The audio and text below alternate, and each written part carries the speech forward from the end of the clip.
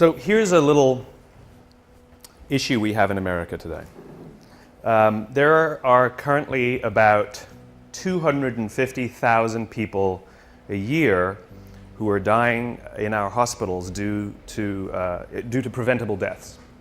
And I'm not talking about negligence, I'm talking about little accidents, right?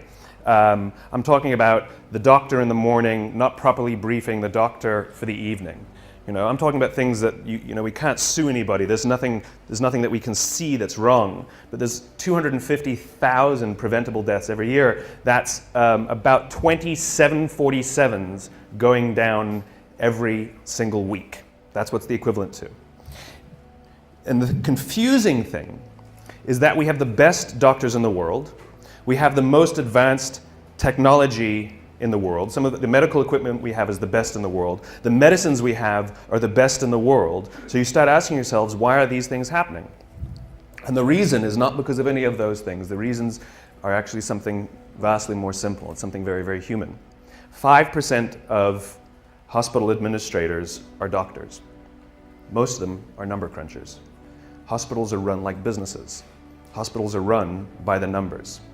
And the problem isn't the people who are giving the care. They're very highly trained. The problem is the way those people are cared for. Because what we've done is we've created cultures in hospitals where the people who are doing the caring aren't cared for. And so all of these little preventable deaths are happening because they don't feel like they're a part of anything. They're just doing their jobs and they don't get along that well, and there's not a lot of camaraderie. And the impact is death, right? Now I use this example because it's exaggerated because the impact is so powerful. But the problem is the same in our own companies, right? Which is we come to work and we're told, you must care for your clients, you must care for your customers, you must make them the focus of all you do, and yet why aren't the people who are managing us from the top caring about us? So yes, in a hospital the impact is worse, but the impact that we're having on the outside world is just as bad. In other words, we're not working at our best. We don't care for the things we're doing. We're not helping each other is the most important part. And the residual impact is that we are unfulfilled by the work that we do. And when we're unfulfilled by the work that we do, we focus on the details. And when we focus on the details, we retract from each other. When we retract from each other, we feel lonely. And when we feel lonely, cancer goes up, heart disease goes up, diabetes goes up. In other words, by going to work, we're killing ourselves. Literally. There's another study that was released not that long ago that says that parents who work late, the negative impact that it has on their children is little to none. They may feel guilty as parents, but the negative impact that it has on the raising of their children is little to none.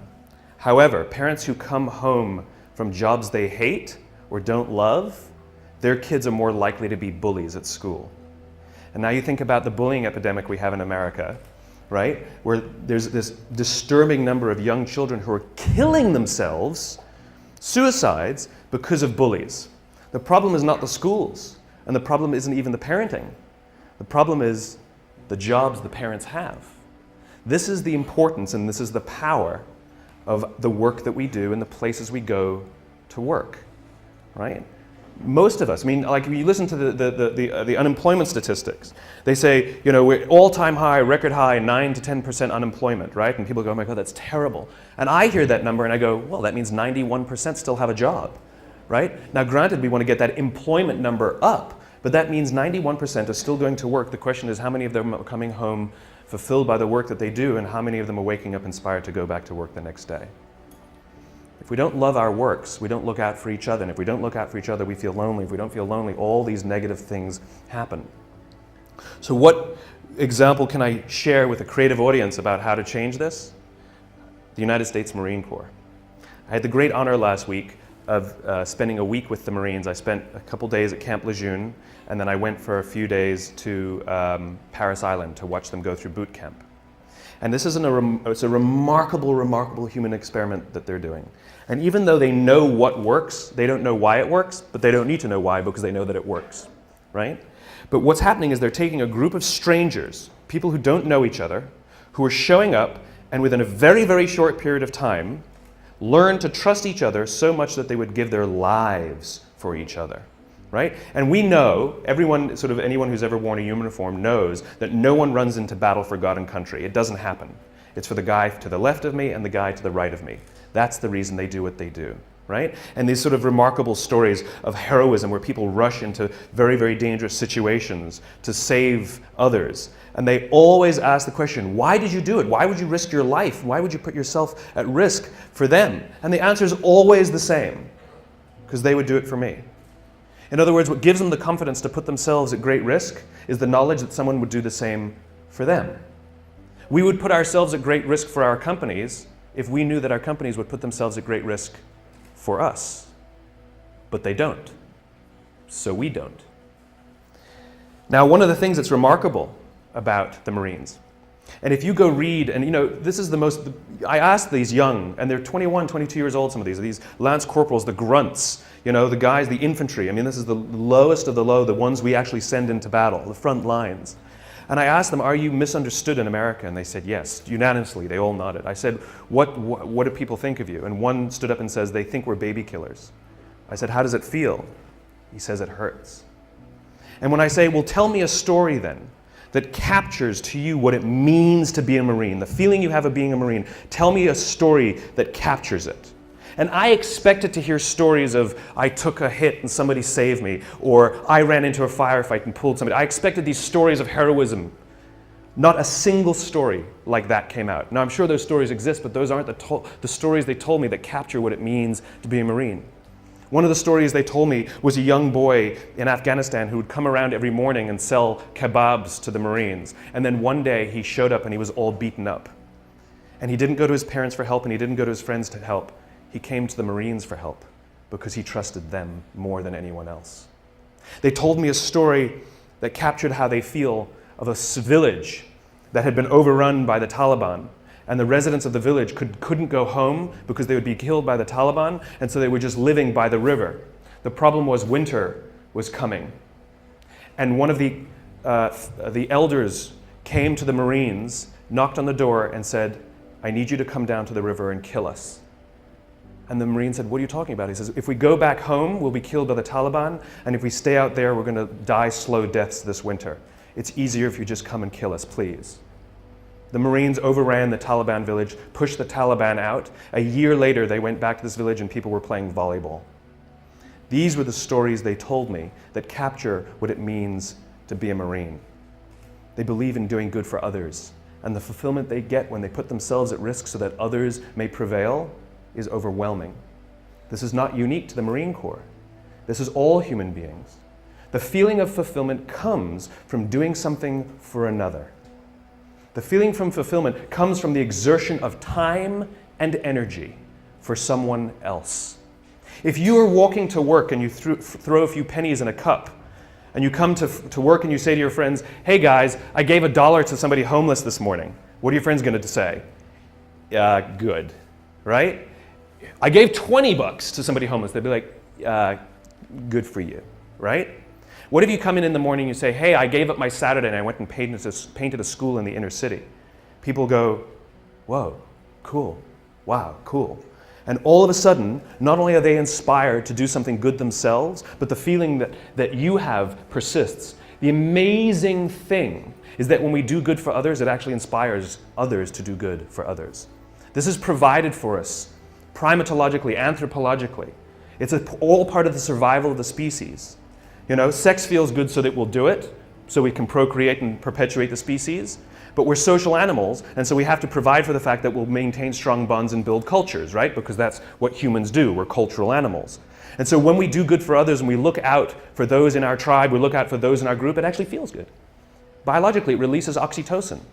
This chemical that's released when you do good for others is released, and it makes you feel good. And the amazing thing is the more oxytocin you have in your body, the more you want to do good for others. The problem is we've replaced this feeling, the exertion of time and energy, with digital communications. We've replaced it with headphones. We've replaced it with money, right? Think about the invention of money, right? It used to be, money, it used to be like you go to someone's house, you cook them dinner, and the deal was they'll do the dishes. Time and energy, exchange for time and energy. And someone said, I'll give you an IOU, right? Someone says, I don't feel like doing the dishes, So I'm going to give you an IOU that I promise to do them another day, right? And that's what money is. It is the promise for future goods or services. The promise of future goods and services. In other words, we've replaced our own time and energy with promises for someone else to do it another day, right? In other words, there's no exertion of time and energy. And so the feeling people get is that I did something for you and you did nothing for me. You replaced it with a piece of paper, with an IOU, with a promise for future goods and services. The way we find fulfillment is by doing good for others. So how do the Marines do it? How do you get people to do good for others? We all know this. Intellectually, we know that it's good to do good for others, but why don't we do it then? Why don't we do it? And what the Marines learned is something that I completely did not expect. They can't just yell at these guys to help each other. That's not what happens. There's a few things that they have to do first. So we all have heard of the obstacle course, right? The Marines have a thing called the obstacle course. And this is where they build anaerobic strength and aerobic strength, muscle strength, and it's timed and all of this good stuff. They have another course called the confidence course, and it's never timed. And most of the obstacles on this course cannot be completed by yourself. They must be completed in teams. You have no choice. That's just how it's designed. And what they say is the first 2 weeks of boot camp, everybody's there to outdo each other and prove that they're strong. Just kind of like when we start in a job, we want to show how great we are, we'll work a little harder, we'll do good work, look how good my design is, right? It's all about us and how good we are, right? But they keep putting them in situations where they can't do things by themselves. And what starts to happen very slowly, they said after about 2 weeks, they start cheering for each other. Now they get in trouble when they do, but they start cheering for each other. And then before too long, you see them organically start helping each other. And what happens is if there's one person who's weak and refuses to help the others, or even if there's one person who's strong, who's, I was the star college athlete, and they get to the end of every obstacle and they just stand there and wait for everybody to finish and they don't help each other, what starts to happen is organically the group starts to ostracize that person. Organically, they get ostracized until they learn that the only way that they will get through this thing, the only way they will survive boot camp, is if they ask for help because they have no option. The problem is, no one will help them until they're willing to help another. It's the deal we have to make. It's called vulnerability and risk. We have to take the risk to make ourselves vulnerable. Yes, you might do something for someone else and they may not do something back for you. That's the risk you run. That's the risk you run. It's not about giving everything to them and sort of huge, big, overwhelming risk. It's about little things and little things. It's like going on a date, right? It's like if I went on a date with somebody, and I came home and I said, after one date I said, I'm marrying her. And people are like, what are you, nuts? I'd be like, I'm in love. They're like, but this is crazy. I'm like, I know, I'm in love, She feels the same way. We both know it's nuts, right? Now you know that you're going to be like, go on a couple more dates, right? We know instinctively that the strong bond that needs to be created first takes more than a week, right? We know that, right? But if I've been dating somebody for 7 years and we haven't, married, you'd be like, dude, what is wrong, right? In other words, we know that it takes more than 7 days and we know that it takes less than 7 years. The problem is, we don't know how long it takes. It's somewhere in the middle. All human bonds are the same. Like when you show up at work, when you show up for the first time, when you're new, don't expect that people will look out for you and they won't expect you to look out for them in 7 days. It won't happen.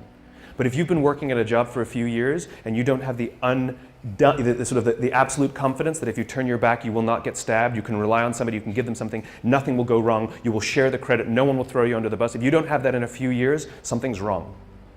Something's wrong. I don't know how long it takes, but I know that's more than a week and I know it's less than 7 years. And the Marines fundamentally understand that before anyone is willing to put themselves out for another, they have to have self-confidence. Real self-confidence.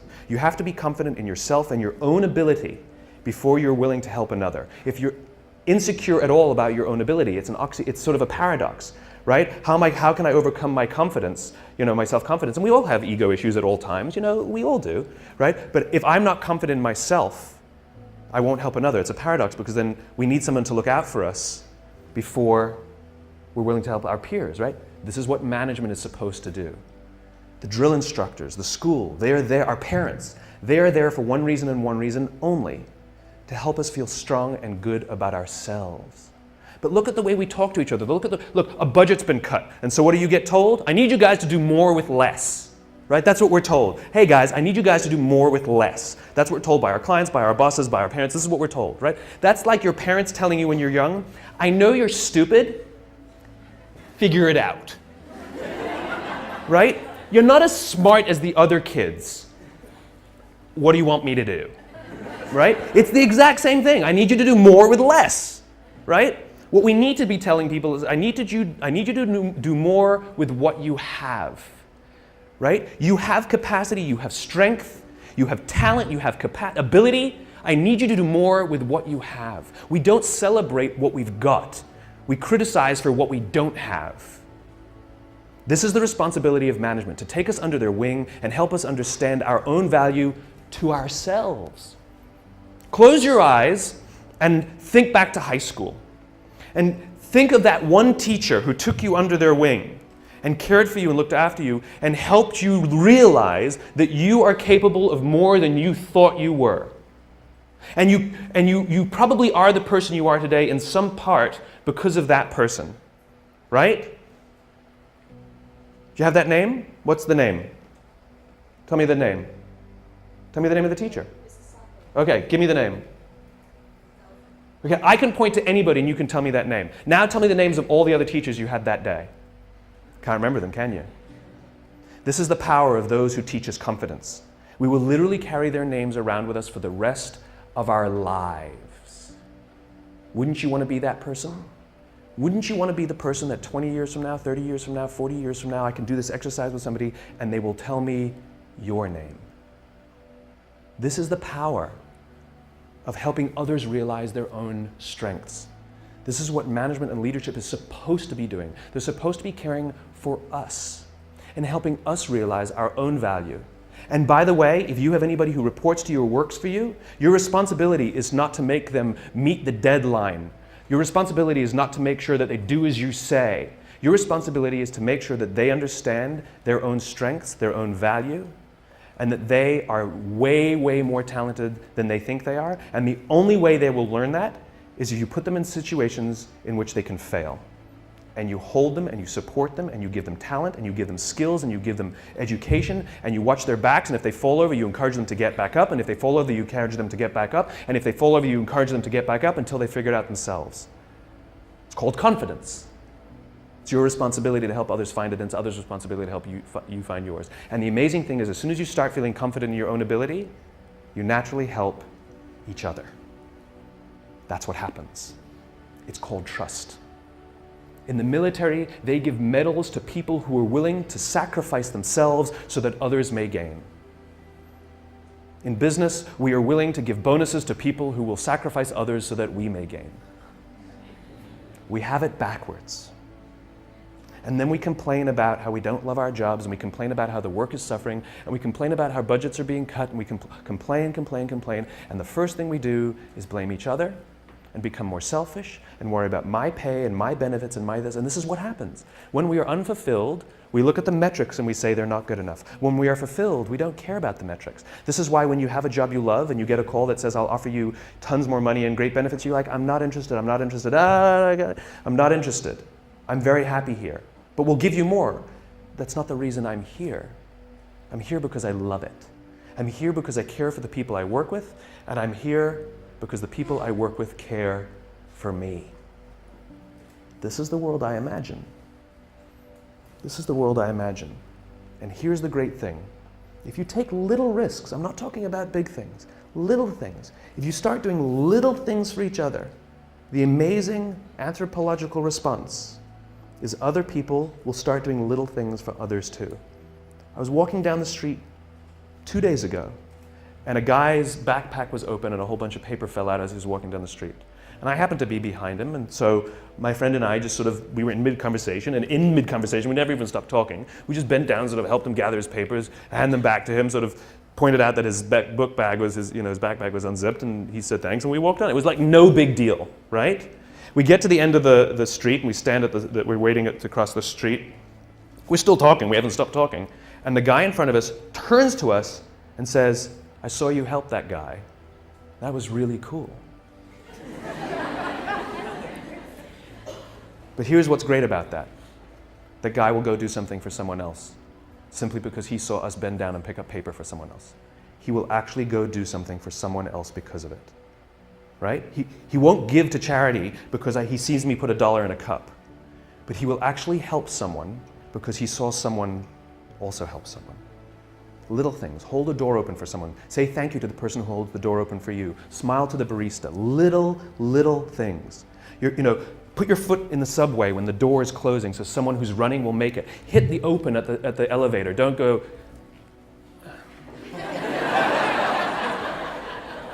or pretend you didn't see. That's the best one. Oh, I would have if I saw. Sorry. Right? Do it. A little time and a little energy. And you'll find around work that people give a little time and a little energy back to you. And you'll give a little more time and a little more energy. You go for a coffee with someone. Then you go for a 2-hour coffee. Then you go for a coffee and a lunch. Then you go for a lunch and a dinner. Then you go for a dinner and a movie.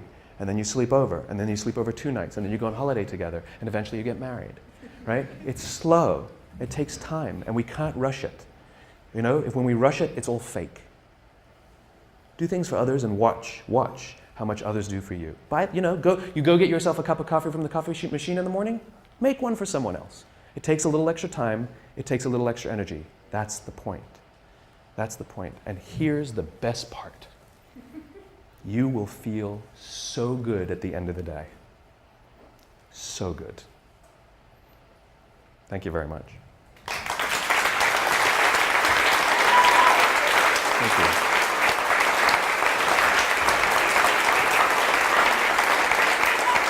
Thank you. It's a great question. How do you convince someone, sort of what are the metrics? How do you convince a skeptical audience of this trust metric? You don't. You don't, right? You can't twist anybody's arm to do something that they don't want to do. And, the law of diffusion, which I obey, as much as I can, which is you don't need the majority. You need those people who believe what you believe. In other words, when you do some nice things for people, they may not do something nice back because they may be, we live in a world in which you do something for somebody, they think you want something from them, right? That's unfortunately the society we've created. But that's the risk that we keep taking. I'm not saying you should keep doing it for somebody who keeps doing nothing and keeps sort of, crapping on you because of it. Then at some point you have to be like, all right, my bad, right? And you back off. I don't believe in helping everyone. I do not believe in it, right?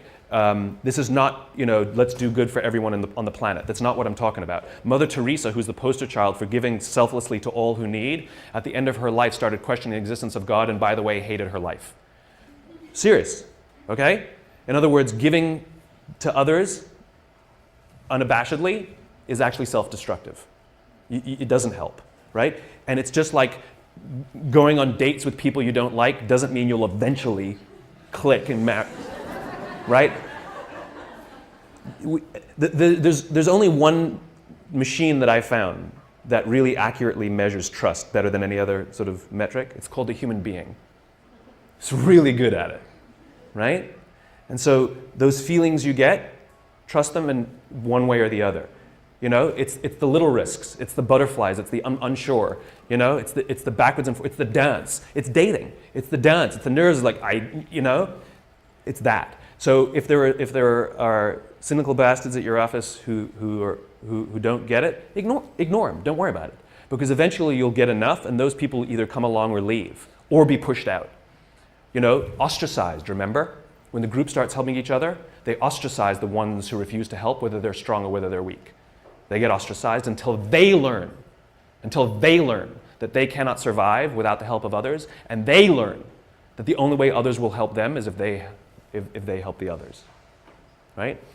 The order matters. The order matters. I just thought of something that sort of is pervasive in our sort of digital world. The order matters. Sort of speak honestly about what you want, right? If you are don't do things for people when you want something from them. Just ask them what you want from them. And I'll give you one little example. It's a funny little example. We've all received emails that go like this. Dear Simon. Well, you wouldn't get an email to Dear Simon, but I would. Dear, insert your name, right? Dear Simon, haven't seen you in years. Hope you're well. Congratulations on all you've been doing. It's really amazing. We should get coffee sometime. If you could do me a favor, if you could vote for me on this website, I'm hoping to win, some $1,000 prize for my design, blah, blah, blah. Hope you're well, talk to you soon, Kenny, right? We've all received an email like that. And how do we respond to it? You're like, right? Now, what happens if you get the same email that goes like this? Dear Simon, I'm hoping you could vote for me on this website. I'm trying to win some $1,000 prize for my design. I haven't seen you in years.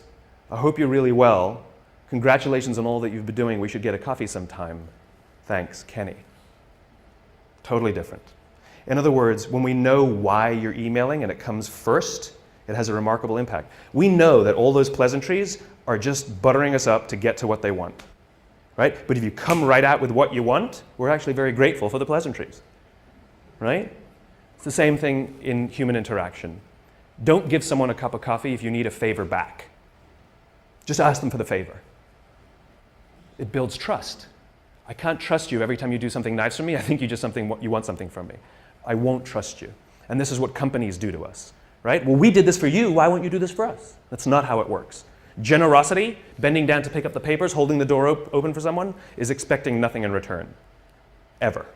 You do not give. This is what happens in new business, right? New business is built on relationships. And so we build the relationship, build the relationship, build the relationship until we're comfortable to ask for the business. In other words, you were only befriending me till the point you felt that I would let down my guard and you could ask me for something. The whole time you were just waiting for that time. It doesn't work that way. If you actually want to build relationships, you build relationships without wanting anything. And that's how you build trust.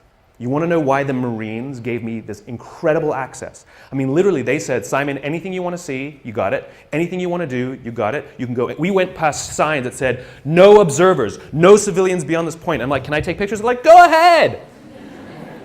You should see some of the pictures. They're unbelievable, right? I'm like right in there, Marines coming at me. We went out to the Crucible, and they're all like, they were like rolling in the dirt and like, going under barbed wire, and I'm like, I'm not joking either.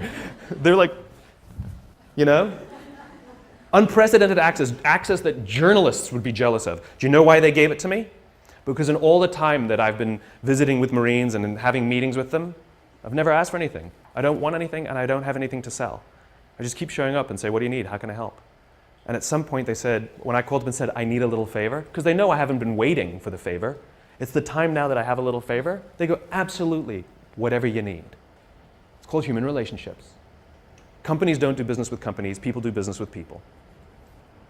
Your company didn't win IBM as a client. Somebody who likes somebody said, we'll hire you. And if they didn't like you, they're just, they're playing roulette. Well, we're betting that, this will work out. Those are the weak relationships. Yes? How do you deal with the boss who's a jerk or at least not getting it? The more we give, the more it inspires others to give. But the more selfish we are, the more others become selfish around us. And so those are organizations in which selfish behavior prevails. And so we see the residual effect, which is they make decisions that ultimately screw us. They destroy our economy because of their selfish behavior, right? We know this is what happens. Same in politics, right? And the answer is, don't worry about it. I know it sounds silly. And your first question is, do I talk about these things to them? I will talk to anyone who will listen.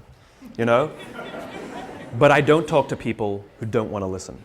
The good news is there are some good eggs. And there are some of them who've had conversions, where they were the bastards who believed in firing people and screwing people to advance their careers, and something happens.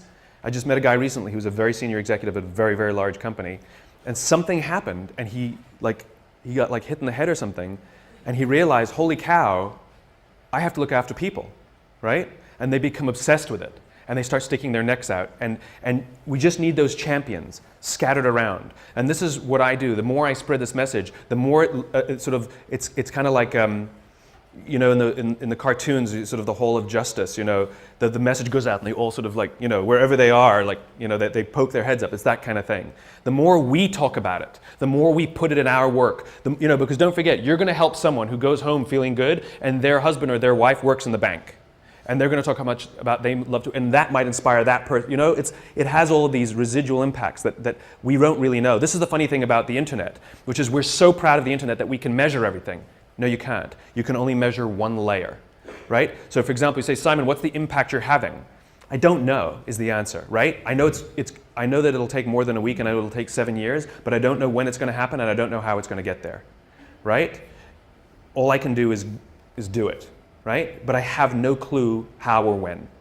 And so, for example, I can measure book sales and I can measure how many hits and I can measure how many people have watched a TED Talk and all of this, but I can't measure, you know, that TED Talk being shown to a room of 50 people, and one of those 50 people doesn't buy a book, doesn't watch a TED Talk, doesn't do anything, but goes out and does something good for somebody else. I have no way of measuring that. And so we're so proud of the internet and its ability to measure everything, but we're measuring one layer where we used to measure no layers. It's like, you know, this is how people work. It's gossamer, you know, it's networked. And so the answer is don't worry about them. Don't worry about them.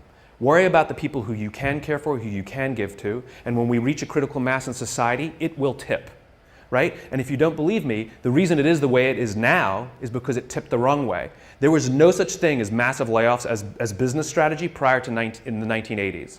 It just wasn't done. It was done here and there, but it wasn't strategy. The idea of using layoffs to balance the books is a relatively new phenomenon that came for the increase of selfishness in the Gordon Gekko greed is good 1980s boom, right?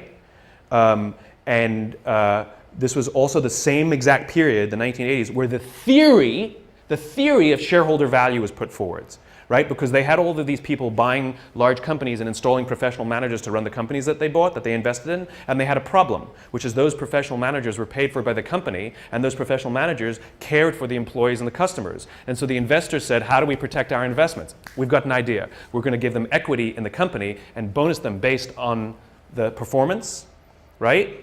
And so the shift happened where the CEOs started caring more about the investors and stopped caring about the customers and the employees. Those were theories introduced by some Harvard professor in the 1980s. We can push it back the other way, right? We can push it back the other way. But we just have to, and there was just the other day, which company was it? One of the large banks where the shareholder, Citibank. Yeah, Citibank. The shareholders majority shareholders voted against a fat pay package. That's unprecedented. It has never happened, even in hard times, even when the company's doing this, the shareholders it's just sort of a cursory thing where they approve the $15 million bonus for the CEO. They voted against it. It's non-binding, but it sends a shot across the bow saying shareholders now want you to be bonused if you do something good for others. Even if the others is us. Right? The point is that it's starting to crack. And so let's just stick our finger in the crack. You know? Make sure that it keeps cracking. It swung one way, we can swing it back. The question was, can I talk about celebrating accomplishment while still asking for more? Right? They did a study on kids who are really, really smart, like in all the gifted classes. Why is it when you're smart, you're gifted, and when you're stupid, you're special? Why is that? I was told my whole life I was special. It's not, never gifted. They took the gifted kids who were constantly told, you're so good. Oh, thanks for that. I knew you'd do well. Oh, you're our best employee. You know, you're our best student. You're awesome, right? And what happens is later in life, they actually suffer because they're very afraid of taking risk, because they're very afraid of losing their position on the mantle. Okay? Kids who are sort of more average, who constantly are rewarded not for their accomplishment, but for their effort.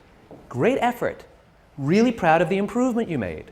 What they find is they do very well in life because there's no shelf, there's always more. There's more effort, right? And so you want to reward and acknowledge effort. Even if they don't hit the goal, it's the delta. But at the same time, if it goes backwards, you'd be like, dude, what's going on? Like we shouldn't be giving ribbons for everyone who competes, right? Because what we're teaching people is, if you do nothing, you get a medal, right? And the funny thing is we're creating a generation that's feeling very hollow. and feeling, this sense of entitlement that people complain about Gen Y. The entitlement is, I don't feel like I've accomplished anything. And the funny thing is about human beings is the way we feel accomplished is when we exert energy and time and reach a destination, right? And the more energy and time that we have to suffer through, especially if we suffer together and we get somewhere, it is overwhelming. Think about the best jobs you've ever worked on. Was it the best design? Was it the best results that the company had because of your project? Or was it an absolute hell project that you worked together and you came out at the other end and that you got it done at the deadline and you're like, that was amazing. It was the hell projects. It was the things that we had to go out of our ways more, do things for each other, right? Things we weren't thinking of doing. I was wrapping packages. I was doing stuff that designers aren't supposed to do. This is what produces that, right? And so the thing is about measurement and destination reward. Imagine we're standing in a big empty room, right? And we're standing in one corner and I give you a simple instruction. I want you to go to that corner in a straight line, right? Off you go, no big deal, right? Without telling you, I slip a chair in front of you. What do? You go around the chair. Now you just disobeyed what I told you to do. I told you to go to that corner straight line. But this is the amazing things about human beings, which is when we're given a clear destination, we use our own creativity and our own sense of innovation and our own problem-solving abilities to overcome obstacles to get to the destination. In other words, the destination is more important than the route, right? We are flexible about the route. We're obsessed with the destination. Reset. We're standing in the corner together and I give you a simple instruction. Go somewhere in this room in a straight line. And you say to me, well, where do you want me to go? I'm like, I don't know. You're smart. Figure it out. Go in a straight line. And so you pick a point and you start walking. And without telling you, I put a chair in front of you. And what do? You come to a grinding halt. And I say, what did you stop for? You go, well, you put a chair in front of me. Or you'll make a sudden turn and go in another direction, right? And this is the problem. It's the same obstacle. The difference is when you have a clear destination, the obstacles become easy to overcome. When you don't have a clear destination, you keep coming to a grinding halt. And what we do in our companies is we're counting the steps we're taking along the route, but we're never looking at the destination, right? So a company says, made $1 million this year, we were only planning on making 800,000. Like we took 10 steps, we're only planning on taking 8. Where are you going? No clue, right? We count the steps. And so the point is that people want to feel that the effort that they're exerting actually are moving somewhere. And so successful measurement, successful recognition is not just for the steps you take. It's not just for the effort. It's that the effort you exerted moved us closer to where we're trying to get to. And that get to should be some crazy ideal. My ideal is to live in a world in which the vast majority of people wake up every single morning, inspired to go to work and fulfilled by the work that they do. And the couple of measurements that I use are if the book is selling, and by the way, people ask me, how many have you sold? I have no clue. I've never asked the publisher because I don't care. I really don't care how many I've sold. What I care about is the Amazon rankings and that those are going steady or up and not plummeting, because that means other people, right? Because I don't have a publicist, I don't have a marketing strategy on purpose. I didn't hire one of those companies to sell the book for me. And the reason is because I'm not interested in book sales. I'm interested in the spreading of an idea. And so I just use that as a metric to help me understand, am I sort of marching in because the more I preach, is it resonating? And so you have a couple of these imperfect measurements that help you understand, are you going along the way? So it's not just great effort, look what you achieved, because that's what we're doing now. Right? Our goal is to increase top-line revenues by $50 million. For what reason? Right? Which is, we have to know the destination, and then we say, amazing. You took us that much closer. And if we go to the right, it's because we were overcoming an obstacle. If we hadn't gone to the right, we would have been stuck forever. Thank you. It's not always straight lines. It's not always straight lines. But it's in one direction. She's pulling the cane out. Thank you very, very much.